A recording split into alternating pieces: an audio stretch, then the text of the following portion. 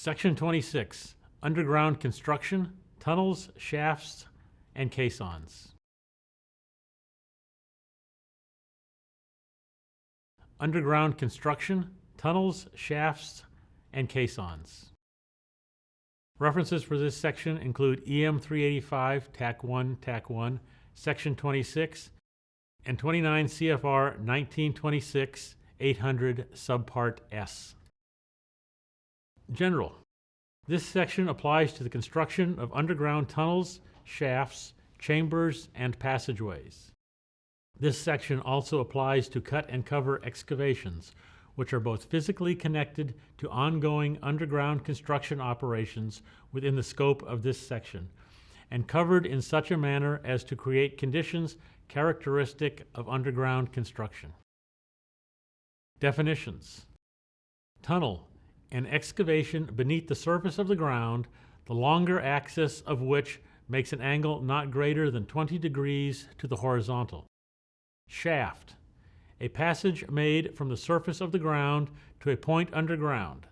Shafts cut through the ground at an angle greater than 20 degrees to the horizontal. Caisson, a watertight chamber of wood or steel sheeting or a concrete or steel cylinder used in construction work underwater or as a foundation. When the bottom of the structure extends below the surface of free water, excavation is performed by workers in a working chamber at an air pressure greater than atmospheric pressure. Access and egress. Access to all underground openings shall be controlled to prevent unauthorized entry. Unused access ways or other openings shall be tightly covered or fenced off and shall be posted with warning signs indicating "keep out" or similar language. Completed or unused sections of underground structures shall be barricaded. Access control. Every location of underground construction shall have a check-in, check-out system that will ensure the above-ground personnel can determine the identification of all underground personnel. Shift change. Oncoming shifts shall be informed of any hazardous occurrences or conditions that have affected or might affect employee safety, including liberation of gas, equipment failures, earth or rock slides, cave-ins, floods, fires, or explosions. Communications. At least 2 effective means of communication, at least one of which shall be voice communication. Powered communication systems shall operate on an independent power supply. Communication systems shall be tested upon initial entry of each shift to the underground and as often as necessary thereafter to ensure proper operation. Any employee working alone underground who is both out of range of natural, unassisted voice communication and not under observation by other persons shall be provided with effective means to communicate the need for or to obtain emergency assistance. Employees working alone shall be required to check in with their supervisors at least once an hour. Emergency rescue plans and equipment. Plans for rescuing personnel who might become injured or incapacitated while underground or in a shaft or caisson shall be developed. Plans shall be incorporated into either the APP or AHA and posted at the job site. Plans shall be periodically reviewed with affected personnel. Conduct a periodic drill of all emergency plans. Emergency rescue plans and equipment. Emergency equipment specified in the emergency plan shall be provided within 15 minutes of each portal or shaft entry. Inspections and workability tests of the equipment shall be made and documented monthly. When a shaft is used as a means of egress, arrangements shall be made for power-assisted hoisting capability to be readily available in an emergency, unless the regular hoisting means can continue to function during a power failure. Hoisting devices used for emergencies shall be designed so that the load hoist drum is powered in both directions of rotation and so that the brake is automatically applied upon power release or failure. Self-rescuing emergency respirators shall be immediately available to all employees at workstations in underground areas where there may be trapped by smoke or gas. At least one designated person shall be on duty above ground whenever personnel are underground. This person will be responsible for keeping an accurate count of employees underground, securing immediate aid in case of emergency, and designated personnel shall not be given any other duties that could affect his emergency response duties.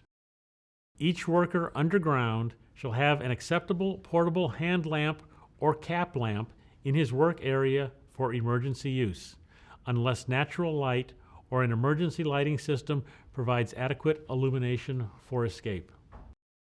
Rescue teams.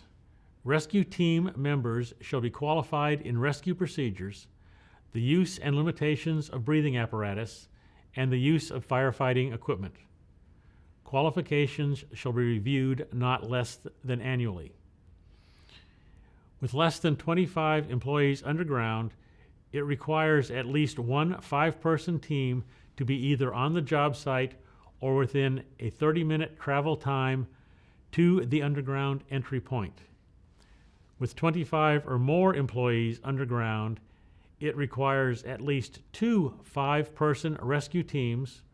One team shall be on the job site or within a 30-minute travel time, and the other rescue team shall be within a 2-hour travel time. Rescue teams may be provided by local emergency response services. On job sites where flammable or noxious gases are encountered or anticipated in hazardous quantities, rescue team members shall practice donning and using SCBAs monthly. Rescue teams shall be kept informed of conditions at the job site which may impact their response. First aid facilities. A fully equipped first aid station and emergency transportation shall be provided at each underground construction project, regardless of the number of persons employed. If an underground construction project has multiple portals, a first aid station shall be provided at each portal or entry shaft, or shall be so located between them that the distance from each station to each portal or entry shaft is less than 5 miles and travel time is less than 15 minutes. Electrical and lighting. All electrical systems used in hazardous locations must be approved for that location. Lighting circuits shall be installed on one side of the tunnel near the spring line and shall be mounted on insulators at each point of suspension. Lighting fixtures shall be non-metallic and waterproof, and mounted in a manner that provides safe clearance for personnel and equipment. Inspections, testing, and documentation. A program for testing all rock bolts for tightness shall be established. The frequency of testing shall be determined by rock conditions and the distance from vibration sources.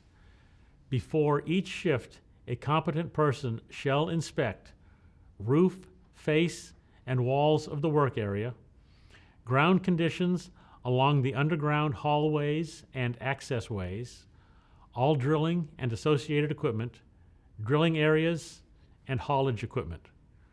Whenever defects affecting safety and health are identified, the defects shall be corrected before activities are initiated or continued.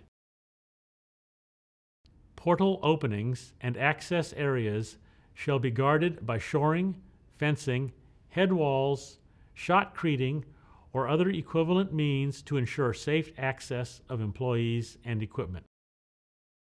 Adjacent areas shall be scaled or otherwise secured to prevent loose soil or rock from endangering the portal or access area. Ground stability in hazardous subsidence areas shall be ensured by shoring or filling in, or by erecting barricades and posting warning signs to prevent entry. Loose ground in underground areas that might be hazardous to employees shall be taken down scaled, or supported. Means of securing rock masses must be designed by a foundation engineer, an engineering geologist, or other qualified person and accepted by the government designated authority. A protective shelter shall be provided at each underground portal to protect persons and equipment from hazards of falling rock or other material. The protective shelter shall project at least 15 feet out from the portal. Ice or snow buildup on rock faces or earth slopes that create a hazard shall be promptly removed. Tunneling in soil. Where tunnels are excavated by conventional methods, the excavation shall not extend more than 24 inches ahead of the ground supports. Where continuous mining machines are used for tunnel excavation, the excavation shall not extend more than 48 inches ahead of ground supports. Under no circumstances shall persons be permitted to work in unsupported sections of the tunnels. All voids in back of ground supports shall be filled, blocked, braced, or treated to prevent further cave-ins. Where liner plate is not used for tunnel support, 2-inch wire mesh or chain link fabric shall be installed over the crown section, extending down to the spring line on each side of the tunnel and secured in place. Ground support systems. Torque meters and or torque wrenches shall be used where rock bolts are used for ground support. Frequent tests shall be made to determine if bolts meet required torque. Rock bolt support systems shall be designed by a foundation engineer, geologist, geotechnical engineer, mining engineer, or other qualified registered professional engineer. Ground support systems shall be installed so the bottom have sufficient anchorage to prevent ground pressures from dislodging the support base, lateral bracing between immediately adjacent sets to provide added stability. Damaged or dislodged ground supports shall be repaired or replaced. Whenever possible, new supports shall be installed before removing the damaged supports. A shield or other type of support shall be used to maintain a safe travelway for personnel working in dead-end areas ahead of any support replacement operation. Material handling equipment. Powered mobile haulage equipment shall have an audible warning device to inform personnel to stay clear, operable revolving flashing amber light that is visible from all directions, 2 headlights at both ends, a backup light, and an automatic backup alarm. Conveyors used to transport material from tunnels shall be installed, guarded, and maintained as required by Section 17. Fire extinguishers or equivalent protection shall be provided at the head and tail pulleys of underground belt conveyors and at 300-foot intervals along the belt line. No person shall ride haulage equipment unless it is equipped with a seat for each passenger and passengers are protected from being struck, crushed, or caught between other equipment or surfaces. When dumping cars by hand, the car dumps shall be provided with tie-down chains or bumper blocks to prevent cars from overturning. No humping of mine dump cars shall be permitted. Berms, bumper blocks, safety hooks, or equivalent means shall be provided to prevent over-travel and overturning of haulage equipment at dumping locations. Bumper blocks or equivalent shall be provided at all track dead ends. Hazardous classifications. Underground construction operations shall be classified in accordance with the following: potential gassy operations. Air monitoring discloses 10% or more of the lower explosive limit for methane or other flammable gases for a period of more than 24 hours. Geological information indicates that 10% or more of the lower explosive limit for methane or other flammable gases is likely to be encountered. Gassy operations. Air monitoring discloses 10% or more of the lower explosive limit for methane or other flammable gases for a period of 3 consecutive days. There has been an ignition of methane or other flammable gases emanating from the strata. Connected to an underground work area that is currently classified as gassy or subject to continuous course of air containing flammable gas concentration. Requirements for gassy operations. Equipment approved for the hazard location and maintained in a suitable condition. Mobile diesel-powered equipment used in gassy operations shall be approved in accordance with 30 CFR 36 by the Mine Safety and Health Administration and state regulations. Each entrance shall be prominently posted with signs notifying all entrants of the gassy classification. Smoking shall be prohibited, and the employee shall collect all personal sources of ignition, such as matches and lighters, from all persons entering a gassy operation. A permit is required, and a fire watch shall be maintained when hot work is performed.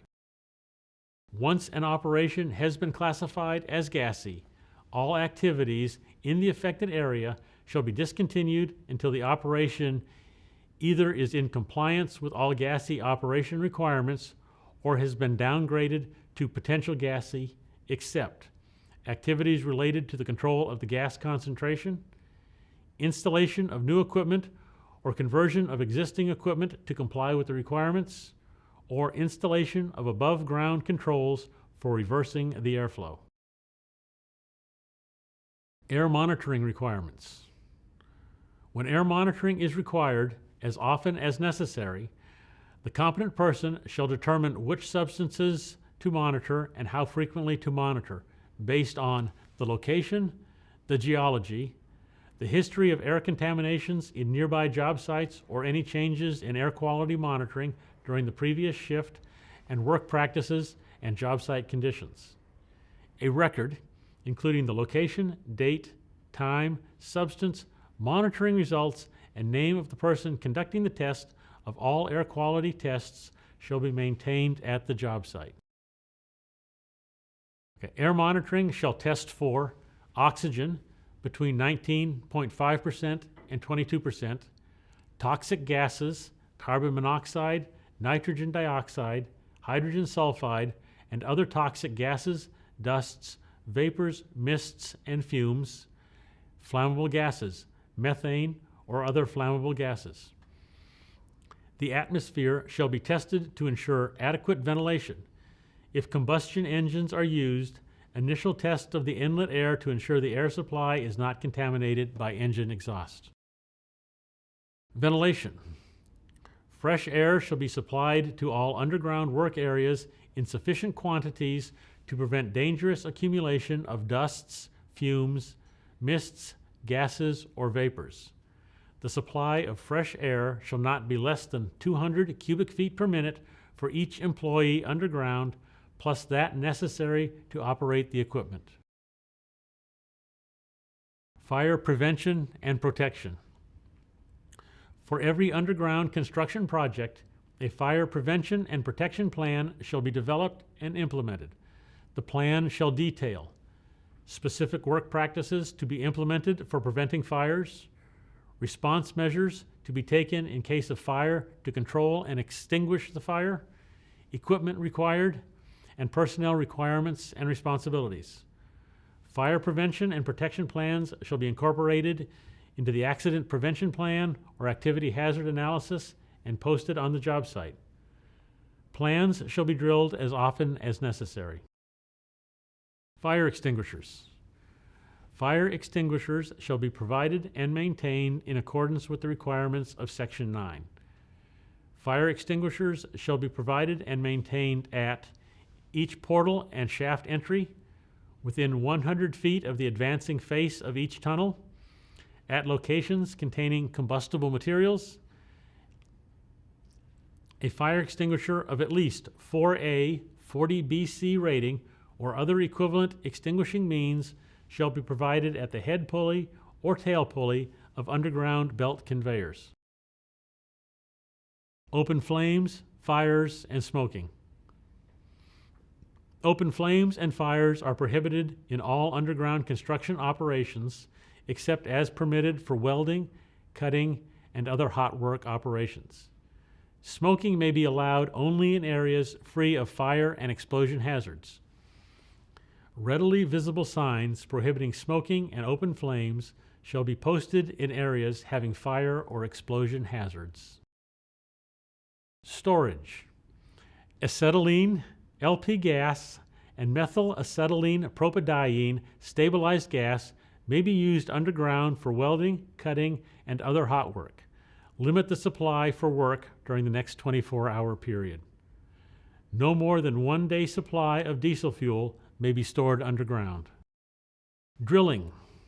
Drilling machines, see Section 18. Employees shall not be allowed on a drill mast while the drill bit is in operation or the drill machine is being moved. When drilling machines are being moved, drill steel, tools, and other equipment shall be secured and the mast placed in a safe position. Drill-on columns shall be anchored firmly before drilling is started and shall be retightened frequently.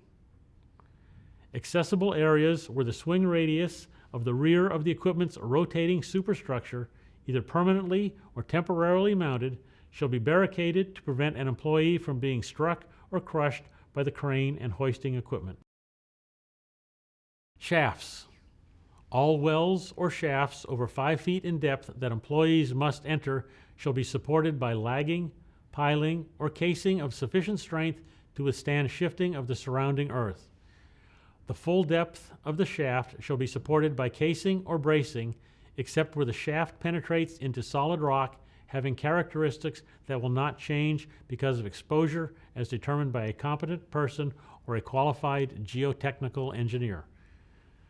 The casing or bracing shall extend 42 inches plus or minus 3 inches above the ground level, or the casing may be reduced to 12 inches where a standard guardrail is installed and adjacent area is sloped to prevent water from entering the shaft, and barricades are erected to prevent mobile equipment from jumping the 12-inch casing. Hoisting. Hoistways may be used to hoist materials or personnel, but not both simultaneously. A warning light suitably located to warn employees at the shaft bottom and subsurface shaft entrance whenever a load is being moved in the shaft, except in fully enclosed hoistways. If a hoistway is not fully enclosed and employees are at the shaft bottom, conveyances or equipment shall be stopped 15 feet above the bottom of the shaft and held there until the signalman at the bottom of the shaft directs the operator to continue lowering the load. Caissons. Shafts shall be subjected to a hydrostatic test, at which pressure they shall be tight. The shaft shall be stamped on the outside shell about 12 inches from each flange to show the safe working pressure. Whenever a shaft is used, it shall be provided, where space permits, with a safe, proper, and suitable staircase for its entire length, including landing platforms. Where this is impractical, ladders not more than 20 feet high shall be installed with each section offset from adjacent sections and a guardrail landing provided at each offset. All caissons having a diameter or side greater than 10 feet shall be provided with a man lock and a shaft for the exclusive use of employees. In addition to gauges in the locks, an accurate gauge shall be maintained on the outer and inner side of each bulkhead. These gauges shall be accessible at all times and kept in accurate working order. Compressed air work. All safety requirements for compressed air work will be carefully detailed in a compressed air work plan that shall be included as part of the accident prevention plan or activity hazard analysis. The compressed air work plan shall include the requirements for medical lock and its operations, an identification system for compressed air workers, communication system requirements, requirements for signs and record keeping, special compression and decompression requirements, man lock and decompression chamber requirements, requirements for compressor systems and air supply, ventilation requirements, electrical power requirements, sanitation considerations, fire prevention and fire protection considerations, and requirements for bulkheads and safety screens. Underground blasting. A blasting plan must be developed and submitted in accordance with Section 29. If dynamite is used in tunnel blasting, it can be of fume class 1 or fume class 2, and fume class 3 explosives may be used if adequate ventilation is provided. Storage. Storage of explosives, blasting agents, and detonators in tunnels or underground is prohibited. Transportation. Trucks used for transport of explosives underground shall have electrical systems checked weekly. A written record of such inspections shall be kept on file and available for review. Explosives and blasting agents not in original containers shall be placed in a suitable container when transported manually. Detonators, primers, and other explosives shall be carried in separate containers when transported manually. Loading. Prior to loading, all power, water, and air lines shall be disconnected from the loading jumbo, and power lines, including lighting circuits, shall be moved back a minimum of 50 feet. The loading area shall be illuminated at a minimum of 10-foot candles by floodlights located 50 feet from the face. If additional lighting is needed, the loading crews shall be provided approved headlamps. Blasting. The person in charge of blasting shall be the last to leave the blast area, shall see that no one remains in the blast area, and shall operate the sectioning switches in the firing line while proceeding out of the blast area. No persons shall enter the tunnel blast area until the ventilation system has cleared the heading of harmful gases, smoke, and dust. After each blast, the underground supports in the blast area shall be inspected and secured as necessary before work is resumed. Rock surfaces shall be inspected, scaled, and if required, provided shoring, bracing, rock bolts, shotcrete, or chain link fabric before mucking is started. The muck pile shall be wet down and kept wet during mucking operations.